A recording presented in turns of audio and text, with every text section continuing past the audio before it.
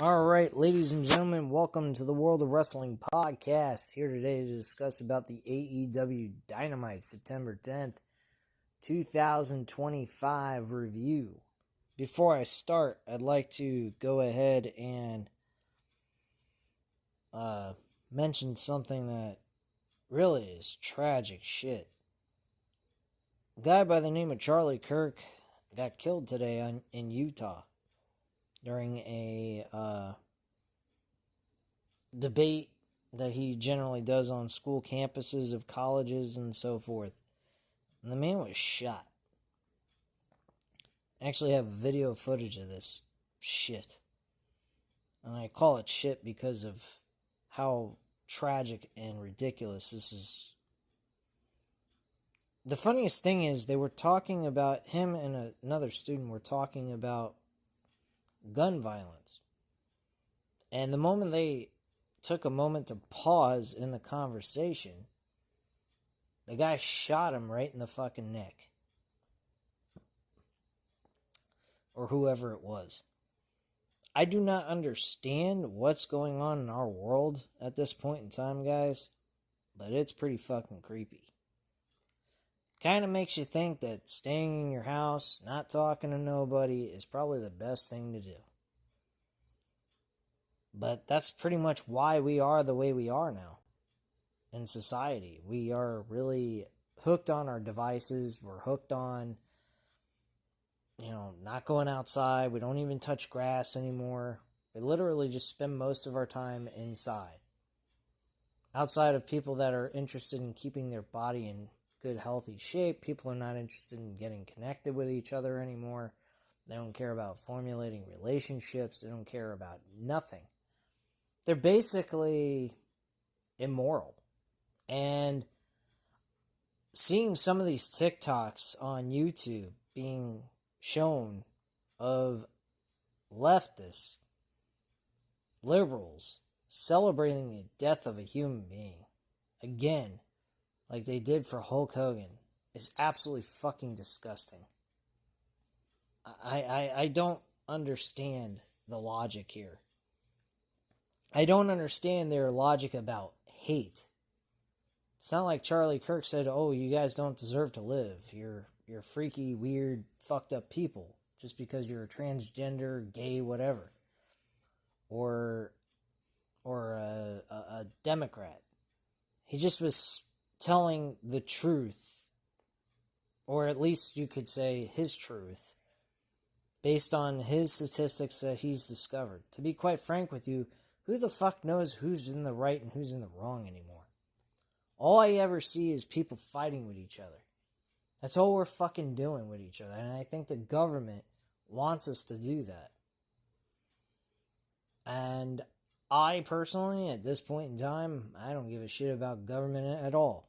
I'm an anarchist. I don't believe in government. I don't believe it's there to help us. It's not there to make our lives easier or protect us or keep us secure. It's about control. And that's what they do. They control our asses. Best thing we can do is just give a shit about each other. Just because you have a difference of opinion doesn't mean they hate you or they want you dead or they're a Nazi. I don't know where all these people are coming up with this off-the-wall shit. You want Nazi? I'm Jewish, okay? I'm partially Jewish, people. And Adolf Hitler, if he was anything like Charlie Kirk or Donald Trump, no one would have cared what he was doing in Germany. There wouldn't have been a World War II. Let's just put it that way. So, I don't know where people are coming up with these comparisons of an Adolf Hitler Nazi type of regime or mentality, but they're fucking crazy.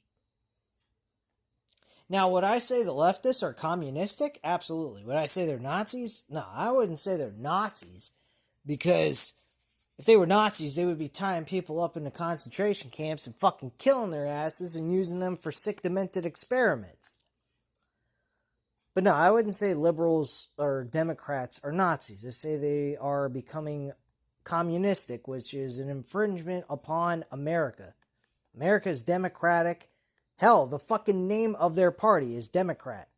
So why aren't they being democratic? Doesn't make a whole lot of sense to me. But yeah, that's just my thoughts. And what happened to Charlie Kirk is absolutely horrendous. I pray for his family and for his kids. And I am truly sorry that the world lost a person who was bold enough to talk to people that didn't share the same opinion. That's all he did. He didn't harm anyone. He didn't shoot at anyone. He didn't hurt anybody.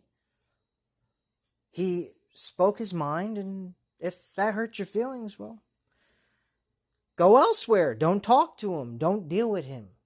You have that right. That's why this is called America. Oh, you can't stand listening to him talk?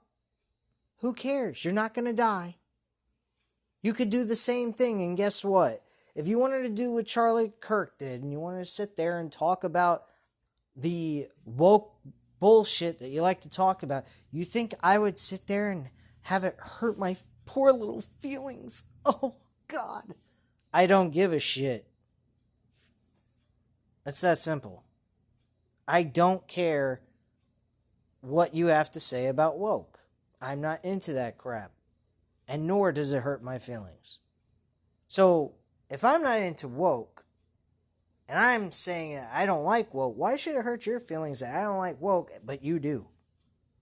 Go live your fucking life and stop being a pussy. That's all. People are so fucking soft. Get hard. Or don't deal with anyone. Live inside of a basement. That way your feelings won't get hurt. Because people have a right to speak their damn mind even if it doesn't agree with yours. That's all. Anyway, let's move on. Let's get to the AEW Dynamite show, which, by the way, was fucking piss poor as hell, as usual. Nothing on the show really mattered to me. I was barely paying attention. If I missed it, it wouldn't have mattered. They cut one good promo between Adam Page and Kyle Fletcher. But anything else but that, the rest of the show is shit. I personally did not care for this garbage whatsoever. It did not intrigue me. It did not make me excited. And Danny Garcia is now a heel with the Deathriders. Where that makes any sense, I have no idea. And nor do I care.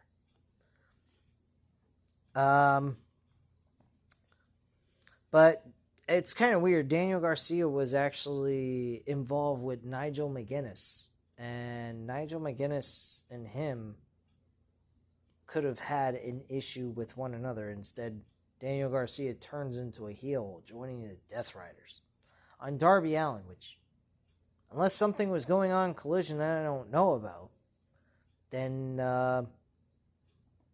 what the fuck was he doing to Darby Allin for?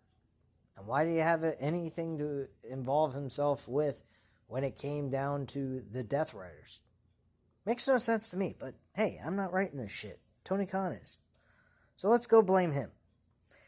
Anyway, we kickstarted the show with a match with AEW World Champion Hangman Page going up against Josh Alexander in a fairly decent opener to the show. Hangman Page, of course, wins the match with a buckshot lariat and gets the 1, 2, 3. After the match is over, Page celebrates as Don Callis' family regroups on the ramp and retreats to the back. Hangman grabs a microphone addressing everything he's done to win and retain the championship. The most important word in all elite wrestling is wrestling. And that is what Page is here to do because he is All Elite Wrestling's men's world champion. Don Callis returns to the ringside alongside Kyle Fletcher, who says Page's words are sentimental but will not matter because the Don Callis family and the Protostar run AEW. Sure.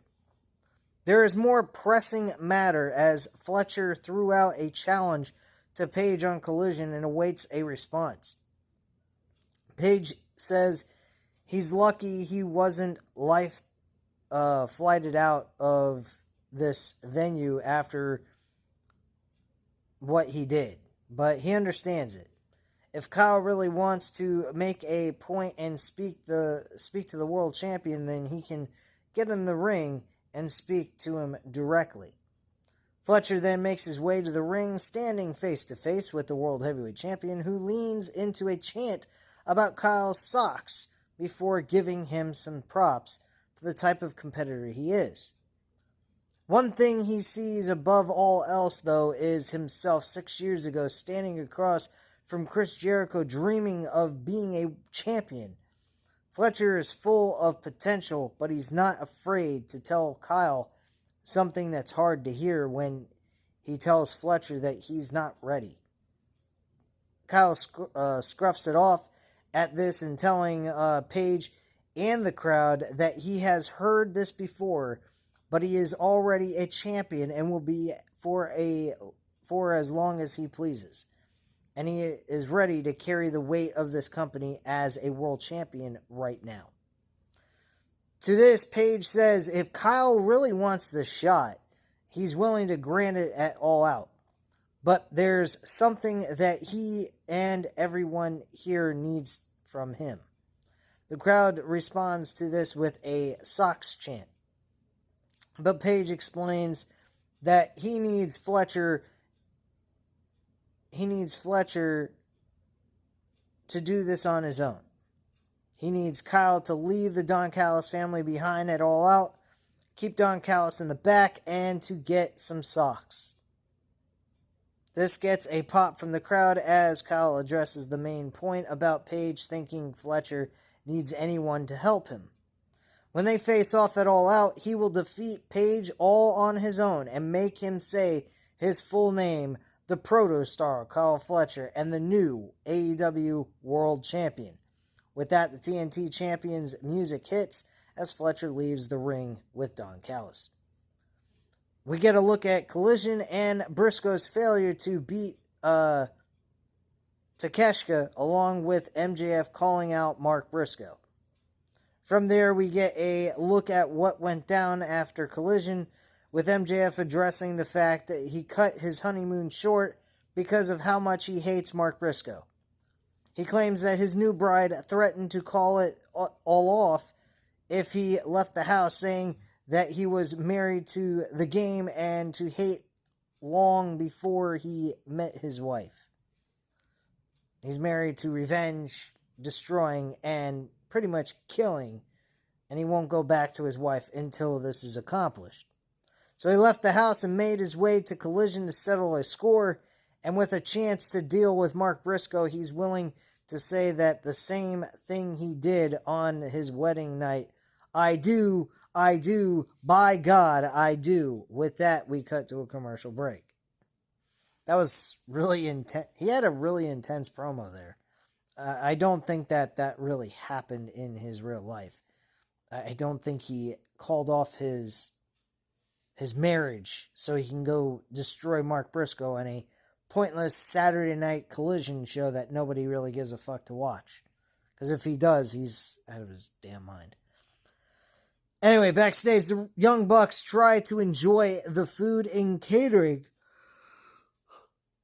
while addressing the $500K 10-man tag team later tonight. Yes, the fictional money that never exists and we never see it broadcasted on national television, with them having buckets of cash in their pockets. We just make up numbers and say this is what they're getting for the winning team. Sure, right. If you're mental and you're out of your fucking mind. Anyway, moving on. They can't get a seat with the Dark Order before finding a spot next to old pal Brandon Cutler, who tells them to shut up before leaving, and Jon Moxley shows up, clearing the rest of the table to talk turkey with the Bucks and offering the Deathriders share of the prize money to make sure the Bucks show up to win. We head back to ringside as Mia Sakura is seen carrying some of the belts at Mercedes Moné as the pair make their way down for our next match, which had Mercedes Moné and Sakura versus Alex Windsor and Riho. This match I did not particularly care for. Alex Windsor and Riho win by submission. And that's your match right there.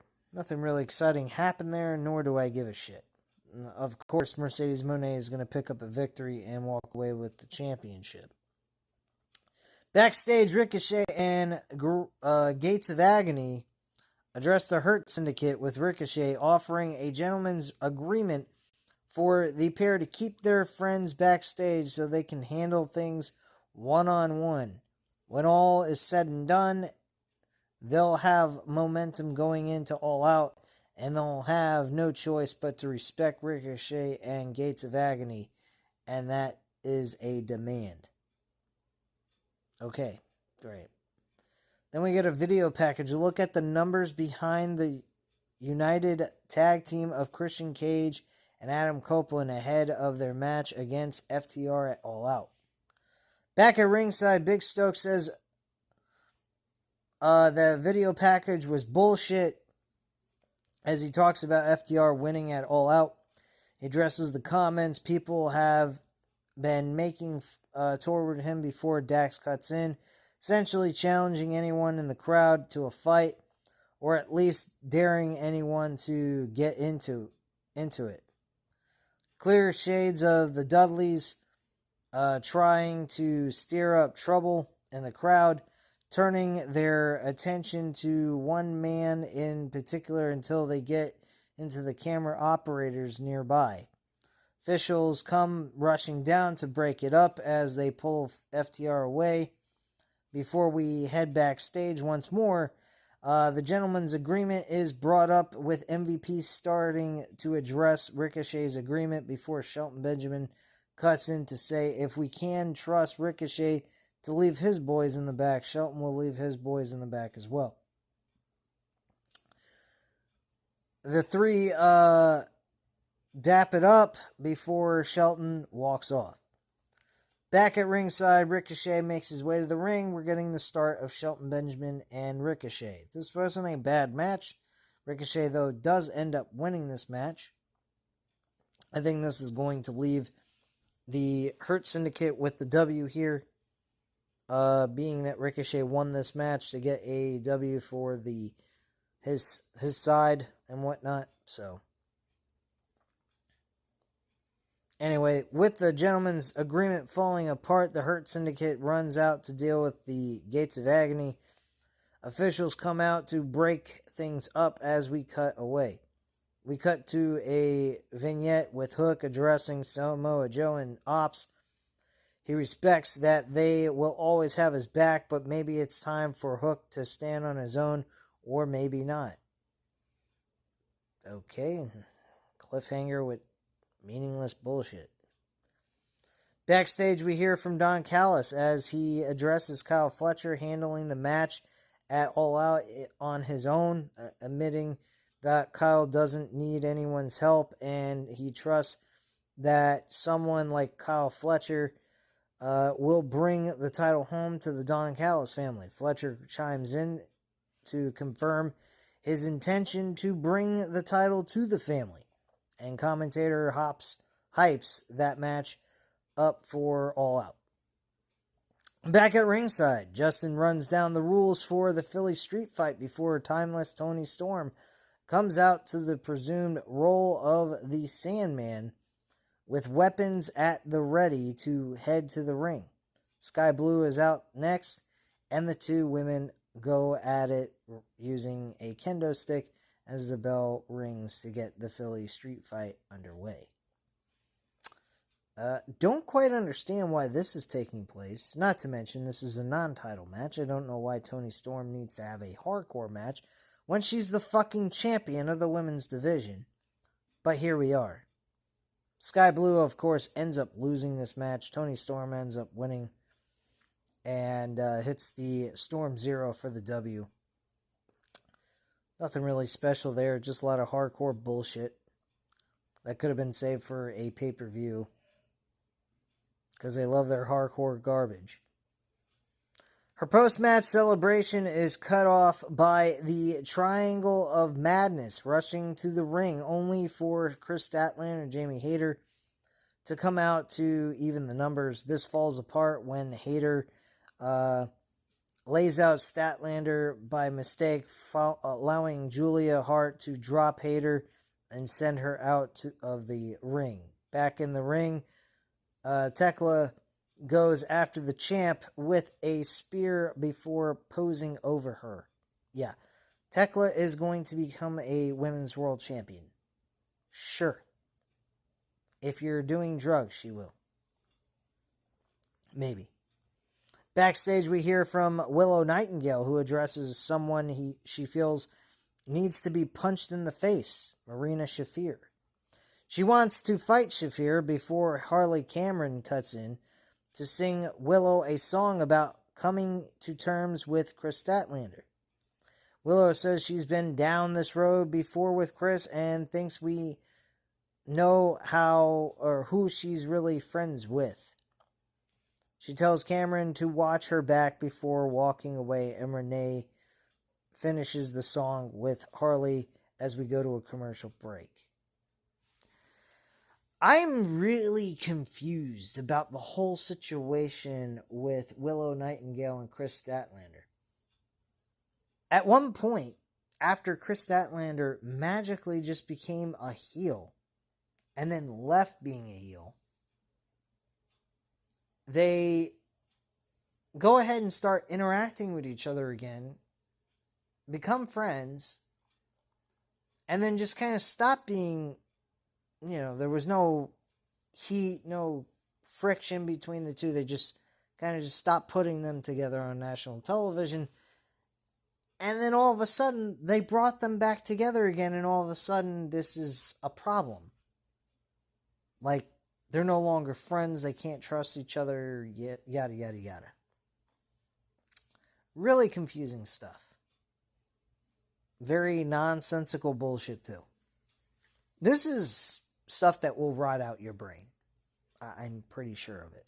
But that's just my opinion. Let me know in the comments down below if this is rotting out your brain as it is mine. Anyway, commentary runs down the lineup for Collision, the final show in the Philly residence, before looking ahead to a tournament for a three-way match at All Out for the AEW Unified Championship. Oh boy. Matches at Collision, and next week, September to remember, we'll find out who moves on toward that goal. Back at ringside, the Young Bucks come out. We get our main event with the Brodito and the Ops versus the Deathriders and the Young Bucks. And the Deathriders end up winning this match with Matt and Nick Jackson getting some leverage pinfall over Bandino to get the win. After the match is over, they rush away from the ring to grab the prize money, enjoying it for just a moment before Brody and Bandino go after them. That fight heads to the back as the Deathriders focus on attacking Powerhouse Hobbs till Darby Allin comes running down for the save. The Ops pull everyone but Mox out of the ring, leaving the former world champion with Darby Allin before someone in a hoodie runs in to blindside the former TNT champion, and it's Daniel Garcia. Why is it Daniel Garcia? Who the fuck knows? None of it makes any sense to me. I don't know how Daniel Garcia how they laid down the trail of clues to make you believe that Daniel Garcia has any reason to be involved in this story at all. Would someone please, if I'm not knowledgeable about this, because I don't watch Collision, if there's something on Collision that gave you the impression or the clue that Daniel Garcia was going to be on Dynamite with a hoodie to stop Darby Allin from attacking, was going to be Daniel Garcia stopping Darby Allin from attacking Jon Moxley, Please let me know in the comments down below, because I don't fucking know. This makes absolutely no fucking sense. This is absolute idiotic bullshit. I have not seen one fucking solitary clue that Daniel Garcia was going to be a heel by joining the Deathriders. I'd imagine he would have became a heel with Nigel McGuinness after All In, and the thing with the IWGP World Title match and all that. That could have been a clue of him turning heel at that point with Nigel McGuinness. But him turning heel to join the Deathriders with Jon Moxley, I don't understand where the fuck that comes from. That's like left field shit. That makes no fucking sense. But here we are. This show sucked. And the ending to this show was fucking horrendous. My God. What shit. Not to mention, when he tried to smash his head, Darby Allin's head into the chair, he missed. He moved his head away from the chair, smashed it into the mat, and then he tried it a second time, and the second time around, he got it right. I don't know how the fuck you botch a headshot to a chair that's laid on the mat and you're smashing the person's head into the chair. I don't know how you fuck that up, but somehow, some way, Daniel Garcia found a way. He found a fucking way. And then I had to do it a second time just to correct it. Unbelievable, folks. Unfucking believable. There is no hope for AEW. There is nothing that's going to change this company at all unless Tony Khan is removed from his position. We are revisiting Vincent Mann era levels here. We have a absolutely deplorable storyline decision that made absolutely no fucking sense. Does not match up to anything they've been doing. There's been no crumbs of clues giving us the idea that Daniel Garcia was going to join the fucking Deathriders. At least to my knowledge, but I will admit, I don't really pay attention very well to this show because it fucking sucks. But I'm a wrestling fan. I keep tuning in, just like I love my Cowboys, who lost to the Philadelphia Eagles this past week.